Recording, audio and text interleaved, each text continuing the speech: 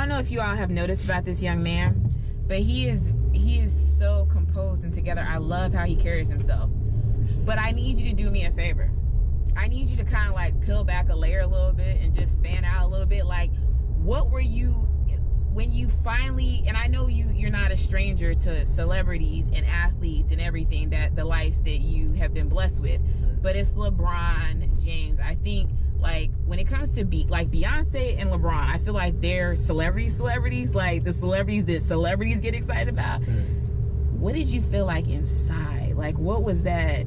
Were you able to just be like a kid? Like, you know what I mean? I know you're a man, but was it like your child, the inner child? Like, what did that feel like? The whole day was just crazy, right? Like the Instagram, Twitter thing, like the meeting him, all this was in the same day. So I was already at it on a high, right? So like my jitters, and then I had like a halftime of that game. They like played that video that LeBron posted on the monitor, right? So like everything was just crazy, and I almost felt like it wasn't real.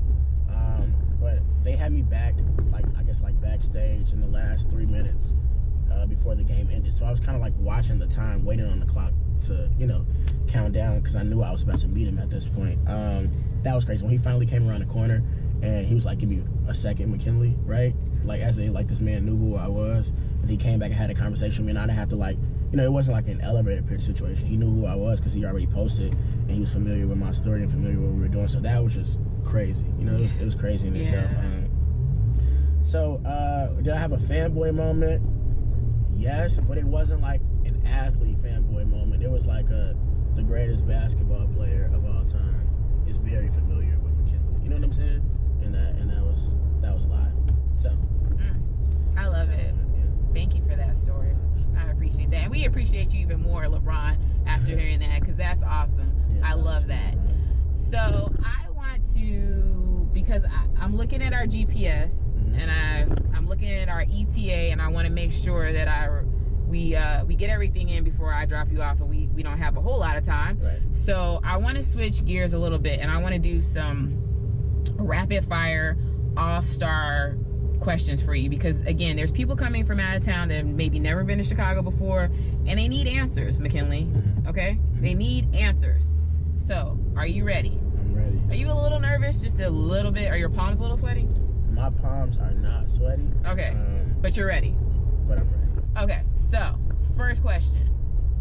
Harold's Chicken or Uncle Remus? Harold's for sure. A little louder? Harold's. Okay. And what location? Because that's always the key. So out of towners need to know that. What's the best location to get your Harold's Chicken? Because they're all not the same. Yeah, for sure. So I mean, like, I feel like the cliche answer is the one on 87th, right? But it's the best, right, though? That's the answer I would give. However, there is this one on, like, 74th and King Drive, right? Oh. I used to go to a barbershop next to it called League Styles, right? And I would always get my Harold's. But even just going back in, you know Miles Reynolds, player that Whitney Young with me? His family actually owns that Harold's. So this is not even me being biased, but shout out to the Reynolds family for that one. But that Harold's is OD. Okay. So I'm going to go with 74th and King Drive. Okay, perfect. So, best pizza in Chicago? The real answer? Rapid fire. Okay. And yes, real answer and rapid fire. So.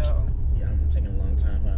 Yeah. I'm going to just go with Giordano's just to play it safe. But that's, give me someone that, please don't leave me hanging. Like, you're leaving me hanging. I'm trying to drive. And I need 10 and 2. No, that's my favorite. Okay, cool. It's one of my favorites. Yeah, for sure. I was trying to give it like a hole in the wall kind of situation, but I don't know if I get excited because it's a hole in the wall or if, you know what I'm saying, it's just really better than Giordano's, but I don't think it's better than Giordano's. Right. I'm a rock with Giordano's. Thank you.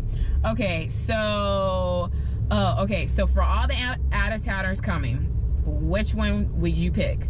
Uber, Lyft, or they should rent a car and use their Spot Hero app? What would be the most cost-efficient way, do you think, to get around? Because, again, remember, you all, he flexed on us. He said he's been to many All-Star weekends. So we have an expert because I've never been. So what should they do?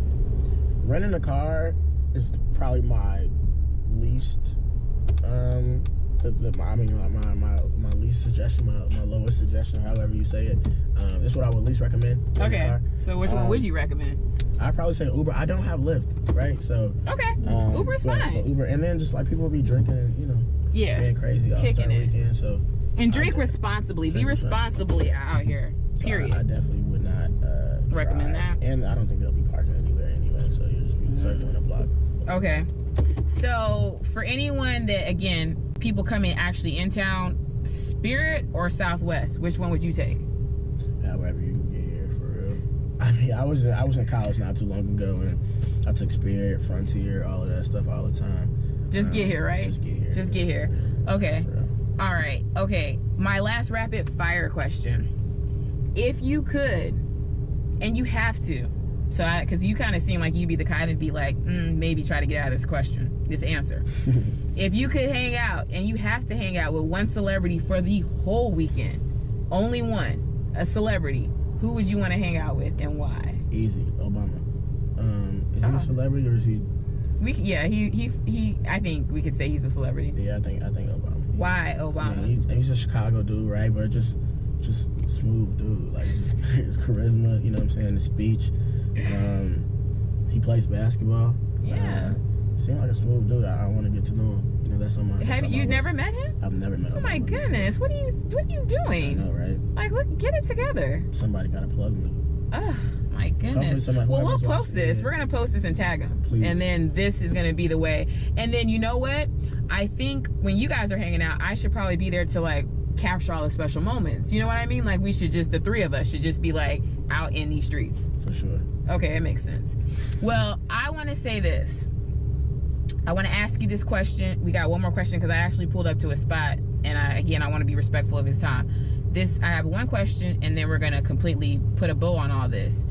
As an entrepreneur, as a young entrepreneur that you are, what piece of advice would you give to people that are coming to the city and they're not coming for basketball? They're coming because they look at this as a great business opportunity. And then you have Chicagoans that are here that see this as a good business opportunity because they may not even care about basketball.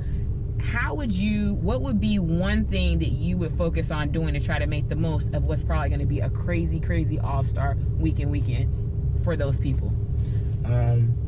This kind of takes me back to my LeBron experience, right? When the moment I walked off, I was thinking like, man, I should have asked him this, or like, man, I should have said this, right? And I'm like, still like, you know, pinching myself over not asking a question, just being like starstruck, or just being, you know, not trying to overdo it, you know, just wanted to be grateful for the moment.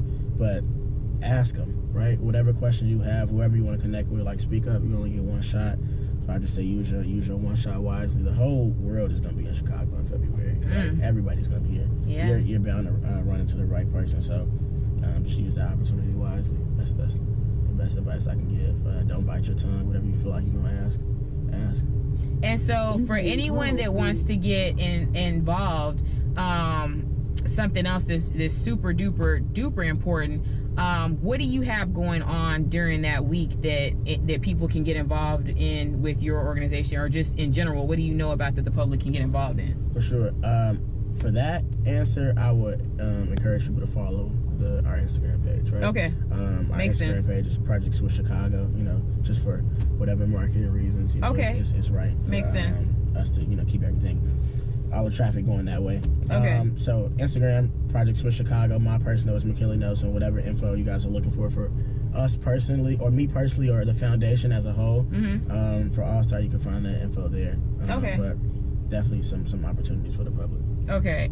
Something just popped in my head. I hate every time I say last question. This is like something that always happens with any interview. Then I think of like, oh, there's 3 more that I forgot. But this is, I think, gonna really be maybe the last one. So, Destination Africa. Yeah. What is that about? So, I had an opportunity to go to Africa in November, right? For some family stuff. And while I was out there, I kind of felt like home in a way. It was super live, and we had conversations about going to Africa prior to this, but I was sold on it when I went. I want to give the I don't want to say kids, because you know our goal is to focus on 18 to 25 year olds, but I want to give my peers an opportunity to understand where they come from, right?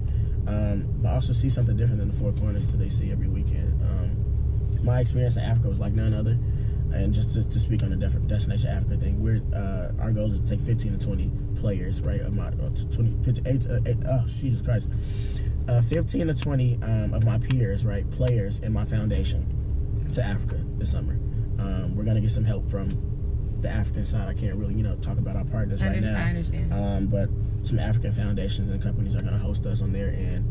We really want to give, people in Chicago an opportunity to see something different. That's awesome. So that's our biggest project right now. This All-Star stuff is, 4 days, but we plan to be in Africa for 2 weeks. So that's incredible. That's the, I guess, my baby, my project that I'm working on right now is Africa. I love it. So that really was it, you guys. But I hope that this is the seed. I hope that we're planning for a longer lasting relationship between us. I was telling him, I don't know if I recorded this or not, but I have wanted to work with him for a while, but it had to be the right situation because I don't want to waste his time. He's got valuable time. His time is precious. My time is precious. And so I'm very happy that God allowed for this opportunity to come, and I feel like it makes sense. So thank you so much for being out here in these streets. He's under the weather, and he still managed to come and keep the agreement that we had to do this. So I appreciate you so much. So for She's Got a Show, you all know who I am. I'm Akeisha Lockhart, but who are you? I'm McKinley Nelson, a project for Chicago. That's what I wanted to hear. Yeah, for sure. That's my ad-lib. What is it called? Yeah. Your tagline? My tagline. Is that what you were? Is that what you were trying to? Yeah, whatever people say, like when they on the radio, like this is McKinley. Right. I'm McKinley from Projects for Chicago. Hey. Bye.